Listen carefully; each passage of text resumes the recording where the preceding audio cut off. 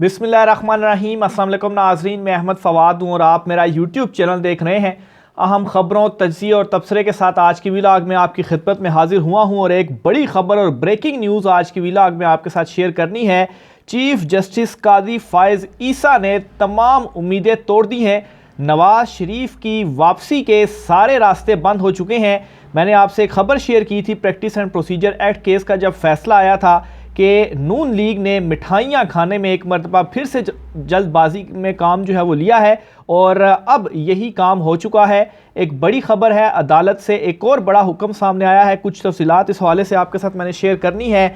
एक बड़ा दावा भी सामने आया है नवाज़ शरीफ के हवाले से और इमरान खान माइनस नहीं होगा, ये भी आपने जहन में रखना है। इस पर भी कुछ अहम तरीन तफसीलात हैं, वो भी आज की व्लॉग में आपके सामने रखूँगा। सबसे पहले तो नाज़रीन, जो बड़ी खबर और ब्रेकिंग न्यूज़ है, नवाज़ शरीफ की वापसी और नवाज़ शरीफ की वापसी के रास्ते बंद होने से मुतल्लिक उसकी डिटेल्स की तरफ आते हैं।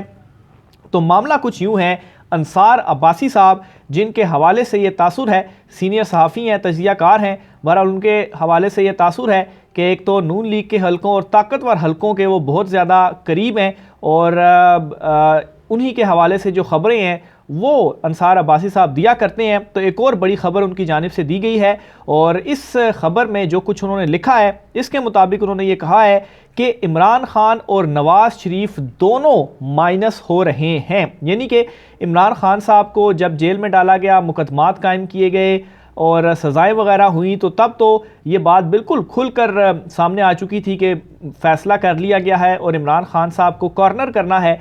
लेकिन इमरान खान साहब कॉर्नर टाइगर साबित हुए हैं और जिस तरह से अवाम उनके साथ खड़ी हुई है, तो इमरान खान साहब को माइनस करना तो अब नामुमकिन हो चुका है। बहरहाल अब एक और मामला ये सामने आ चुका है कि नवाज़ शरीफ जो हैं उनको भी माइनस उनको भी जो है वो भी माइनस हो रहे हैं। तो नवाज़ शरीफ की ये जो वापसी का मामला है और ये डिले इतना उनकी जानिब से किया जा रहा है और अभी भी 21 अक्टूबर का नारा लगाया जा रहा है कि नवाज़ शरीफ वापस आएंगे, लेकिन हिफाजती ज़मानत दायर नहीं हुई। क्या वो वापस आएंगे और वापस आकर जेल जाएंगे?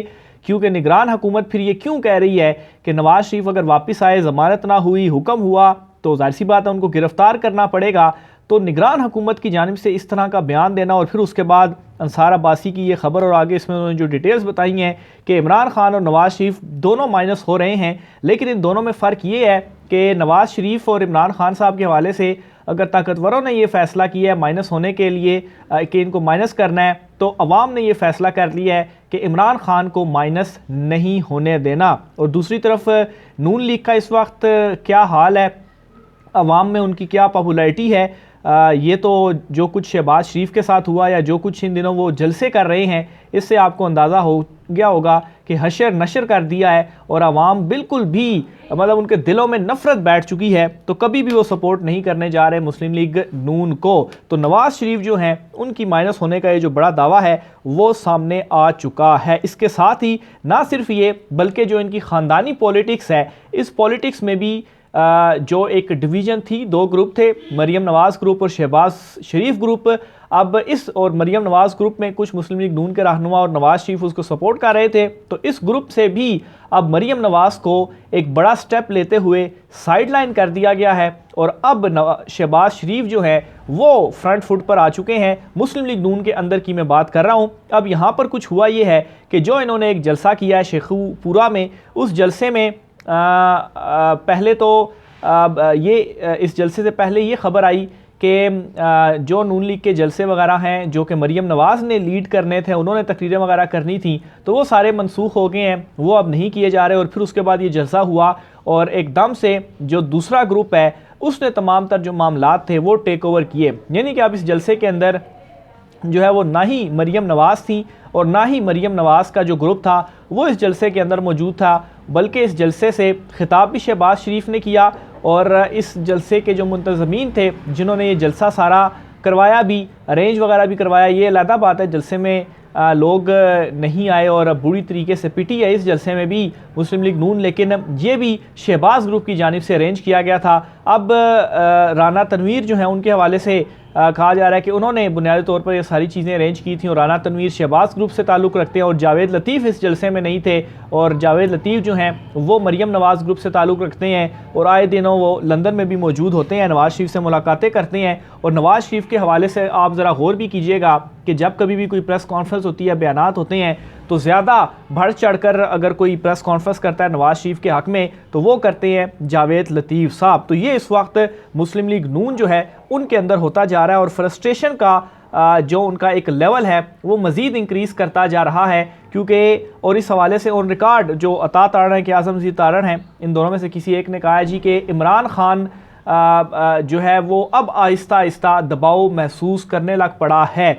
अब इससे ये एंगल निकल रहा है, अगर उनकी बात को माना जाए, कि वाकई में आप इमरान खान साहब के ऊपर दबाव डालकर कोई डील लेना चाहते हैं तो ना करते इकरार जो है वो इन्होंने खुद ही कर लिया है कि वाकई वो इमरान खान साहब से डील चाहते थे और उसके लिए वो दबाव डाल रहे हैं। लेकिन इमरान खान साहब का जो मैसेज आया है कल के व्लॉग में गालबन मैंने आपके साथ शेयर किया था कि इमरान खान साहब ने कहा है कि मैं डटा हूँ, जो कुछ मर्ज़ी है मेरे साथ जेल में कर लें, मैं दबने वाला नहीं हूँ और आपने भी डट कर खड़े रहना है। तो ये चीज़ें जो है वो मज़ीद इनकी फ्रस्ट्रेशन के अंदर इजाफा करता जा रहा है। आगे चलते हुए अदालती महाज से जो कुछ खबरें हैं वो भी आपके साथ शेयर करता चलूँ। सबसे पहले तो जो बड़ी खबर है वो है लाहौर हाई कोर्ट से, ये आपके साथ शेयर करता चलूँ। लाहौर हाई कोर्ट से ये खबर है जी कि इलेक्शन एक्ट में ताहयात नाअहली के कानून को ख़त्म करने के इक़दाम को चैलेंज कर दिया गया है। अब एक तो उम्मीद ये थी कि practice and procedure act case का जो फ़ैसला होगा और उसमें भी जो असल शिक थी कि जो अपील का राइट है वो माजी से भी दिया जाए, यानी कि अगर माजी से दिया जाता तो नवाज शरीफ भी अपील कर देते।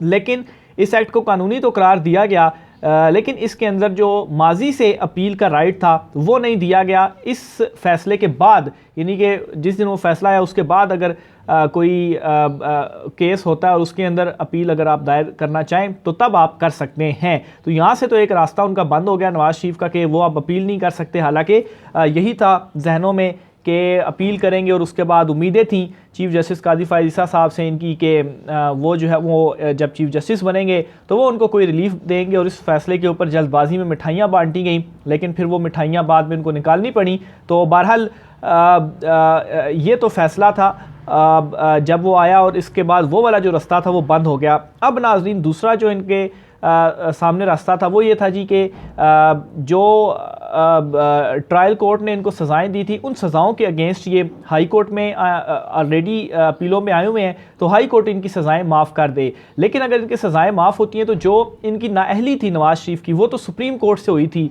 तो वो नाअहली कैसे ख़त्म होगी। तो असल मुद्दा, असल मामला यहाँ पर फंसा हुआ था। अब उसके लिए क्या इनकी जानिब से किया गया कि जो ताहयात नाअहली की शिक थी उसको उन्होंने बदल दिया 5 साल नाअहली, यानी कि जो भी 62 या 62-63 के तहत नाअहली होगी वो ताहयात नहीं होगी, वो होगी 5 साल। और उसमें भी इन्होंने इसी तरह से जो कानून साजी है वो की। तो अब क्या हुआ है कि वो जो तरमीम इन्होंने की है वो भी लाहौर हाई कोर्ट में तरमीम को चैलेंज कर दिया गया है और इसमें जो मौक़िफ़ अपनाया गया है वो क्या है वो आपके सामने मैं रखता हूँ। इसमें कहा गया जी कि सुप्रीम कोर्ट आइन के आर्टिकल 62(1)(f) की तशरीह कर चुकी।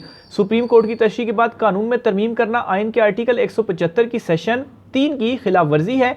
अदालत से इलेक्शन एक्ट में तरमीम का इक़दाम कलअदम करार देने की जो इस्तदा है वो की गई है, यानी कि एक तशरीह हो चुकी है कोर्ट ने, क्योंकि ऑलरेडी इसमें ये लिखा नहीं था कि 62(1)(f) के तहत नाअहली ताहयात होगी या 5 साल के लिए होगी, लेकिन सुप्रीम कोर्ट ने फिर तशरीह की और कहा कि ये ताहयात नाअहली है।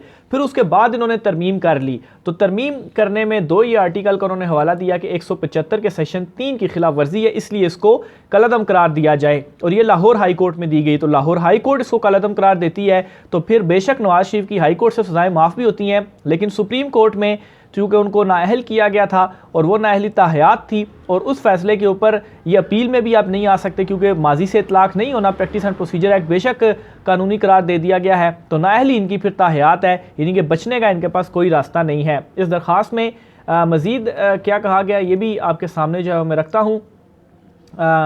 दरख्वास्त में इलेक्शन कमीशन, वफाकी हुकूमत समेत दीगर को फरीक बनाया गया, मौक़िफ़ इख्तियार किया गया, इलेक्शन एक्ट में तरमीम करके ताहयात नाअहली की मुद्दत को ख़त्म करके 5 साल कर दिया गया है, जो कि 62(1)(f) की पहले ही तशरी सुप्रीम कोर्ट कर चुकी है। 175 की सेशन 3 के ख़िलाफ़ है, इस्तदा है जी कि इस इक़दाम को कालादम करार दिया जाए। तो बहरहाल ये 2-3 इनके मेन जो प्लीज़ थी इस दरख्वास्त के अंदर वो ली गई हैं। अब देखें लाहौर हाई कोर्ट इसके ऊपर क्या जो फ़ैसला है वो सुनाती है। चीफ़ जस्टिस कादी फ़ाइज़ ईसा साहब के हवाले से भी की अदालत से भी कुछ अहम खबरें हैं, वो भी आपके साथ शेयर करते हैं। बेसिकली 2 बड़ी खबरें हैं। एक खबर तो ये है कि गुज़श्ता दिनों सुप्रीम कोर्ट ऑफ पाकिस्तान में बड़ी एक इंपॉर्टेंट दरख्वास्त आई थी मालूमात तक रसाई की, और सुप्रीम कोर्ट ऑफ पाकिस्तान के अमले से रिलेटेड, मुलाजमीन से रिलेटेड जो तफसीलात थी वो फ्राहम करने का दरख्वास्त थी, और कहा गया था कि ये राइट टू इंफॉर्मेशन है और फैसले भी उनके हक़ में थे दरख्वास्त गुजार के। तो वो सुप्रीम कोर्ट में सारा मैटर चलता हुआ आया था। तो इसके ऊपर चीफ जस्टिस कादी फ़ाइज़ ईसा की सरबराही में 3 रुकनी बेंच ने फैसला महफूज कर लिया था कि क्या राइट टू इंफॉर्मेशन आपको ये है कि सुप्रीम कोर्ट में इनके कितने मुलाजमीन हैं, क्या तनख्वाहें और ये वो इस तरह की चीज़ें थी, तो ये आम शहरी को मालूम होनी चाहिए, मालूमात तक रसाई दी जाए। तो ये फ़ैसला 27 सितंबर को महफूज हुआ था, जो कि अब 16 अक्टूबर को सुप्रीम कोर्ट ऑफ पाकिस्तान की जानिब से सुनाया जाएगा। इसकी जो मज़ीद कुछ डिटेल्स हैं वो भी आपको सामने रखता हूँ। दरख्वास्त गुजार मुख्तार अहमद ने सुप्रीम कोर्ट के मुलाजमीन की तफसीलात के लिए रजिस्ट्रार सुप्रीम कोर्ट से रुजू किया था। साबिक रजिस्ट्रार सुप्रीम कोर्ट ने तफसीलात फराहम करने से इनकार कर दिया था। दरख्वास्त गुजार ने इंफॉर्मेशन कमीशन से रुजू किया था। इंफॉर्मेशन कमीशन ने उस वक्त के रजिस्ट्रार सुप्रीम कोर्ट को मालूमात फराहम करने का हुक्म दिया था। इंफॉर्मेशन कमीशन के फैसले के खिलाफ रजिस्ट्रार सुप्रीम कोर्ट ने इस्लामाबाद हाई कोर्ट से रुजू किया था। इस्लामाबाद हाई कोर्ट से फैसला खिलाफ आने पर दरख्वास्त गुजार ने सुप्रीम कोर्ट से उस फैसले के खिलाफ अपील जो है वो दायर कर दी थी। तो इसका फैसला अब 16 तारीख को होने जा रहा है, और ये भी एक बड़ा फैसला होगा, क्योंकि अगर ये मालूमात तक रसाई दे दी जाती है तो इससे एक माइंडसेट भी मज़ीद क्लियर हो जाएगा कि चीफ जस्टिस कादी फ़ाइज़ ईसा जो हैं वो आगे किस तरीके से मामलात को लेकर चलते हैं। एक और बड़ी खबर है सुप्रीम कोर्ट से, और वो ये है कि नैब तरमीम फैसले के ख़िलाफ़ एक और नज़रसानी की जो अपील है, जो दरख्वास्त है वो दायर कर दी गई है अभी। और ये जो है वो फ़ारूक एच नायक ने अपने जो क्लाइंट है, दरख्वास्त गुजार हैं बिशारत मिर्ज़ा, उनकी जानिब से सुप्रीम कोर्ट ऑफ पाकिस्तान में दायर की है, और मौक़िफ़ अपनाया जी कि नैब के इस केस में उनको सुना नहीं गया और फ़ैसला दे दिया गया है। ये बुनियादी इंसानी हकूक़ की खिलाफ वर्जी की निशानदही इस नैब तरमीम के ख़िलाफ़ नहीं की गई, तो ये उनका कुछ मौक़िफ़ था, और ये एक अहम दरख्वास्त है जो कि सुप्रीम कोर्ट ऑफ पाकिस्तान में दायर कर दी गई है। तो ये नाज़रीन आज की कुछ अहम तरीन तफसीलात थी। मैं देख लूँ 1-2 खबरें और भी हैं, वो भी आपके साथ शेयर करनी है, इंपॉर्टेंट है। ख़ास तौर पर पाकिस्तान तहरीक इंसाफ का जो जलसे वाला मामला था, पाकिस्तान तहरीक इंसाफ ने जलसे के लिए 2 मुतबादिल जगहों के जो नाम है वो दे दिए हैं। इसकी तफसीलात एक लास्ट व्लॉग में भी मैं बैकग्राउंड बता चुका हूँ कि पाकिस्तान तहरीक इंसाफ ने जलसा करना था लाहौर में, उनको फिर इजाज़त नहीं दी गई, मामला लाहौर हाई कोर्ट गया, हाई कोर्ट ने कहा कि मुतबादिल जगह दी जाए, तो उसके लिए, और फिर ये भी कहा कि अगर पीटीआई जलसा नहीं कर सकती तो कोई और सियासी जमात भी जलसा नहीं कर सकती। तो एक बड़ा ज़बरदस्त फैसला था लाहौर हाई कोर्ट का। तो इसके लिए फिर उन्होंने कहा था डीसी को कि आप मुतबादिल जगह दें, मंडे तक इसका फ़ैसला करें। तो पाकिस्तान तहरीक इंसाफ ने जो है वो 2 मुतबादिल जगहों के जो नाम है वो दे दिए हैं डीसी साहब को कि इन जगहों के ऊपर फिर आप हमें जलसा करने की जो इजाज़त है वो दे दें। तो अब ये होगा कि उनकी जानिब से ये जो दरख्वास्तें दे दी गई हैं इसके ऊपर अब फ़ैसला जो है वो करना पड़ेगा। वैसे तो उन्होंने पहले भी पाकिस्तान तहरीक इंसाफ की जो दरख्वास्त थी जलसा करने की वो अपने पास ही रखी हुई थी, कोई फ़ैसला नहीं किया। जब लाहौर हाई कोर्ट में मामला गया तो वहाँ पर आकर कहते हैं जी कि मसाइल हैं सिक्योरिटी के, इसलिए इजाज़त नहीं दे रहे। कम से कम आप बताएं तो सही कि आपको जलसा करने की इजाज़त नहीं है और सिक्योरिटी मसाइल की वजह से आपको जलसा करने की इजाज़त नहीं दे रहे, और मुतबादिल जगह पर आप जलसा कर लें। आप तो अपने पास रख कर बैठ ही गए हुए हैं। तो बहरहाल अब 2 मज़ीद पाकिस्तान तहरीक इंसाफ ने बता दी हैं जगहें, तो उनमें से देखें मंडे वाले दिन तक उनको खैर फ़ैसला करना पड़ेगा, ना किया तो फिर मामला हाई कोर्ट में ही जो है वो जाएगा। आखिर में इलेक्शन कमीशन ने मुल्की और गैर मुल्की मीडिया और बसरीन के लिए ज़ाब्ता अखलाक जो है वो जारी कर दिया है, और इससे बुनियादी तौर पर मीडिया के हवाले से किस तरह से जो आप कवरेजेस वगैरह हैं वो कर सकते हैं। तो इलेक्शन कमीशन से ये एक छोटी सी खबर थी। तो ये नाज़रीन आज का व्लॉग था, राय का इज़हार कीजिएगा। मुझे इजाज़त दीजिए, अल्लाह हाफ़िज़।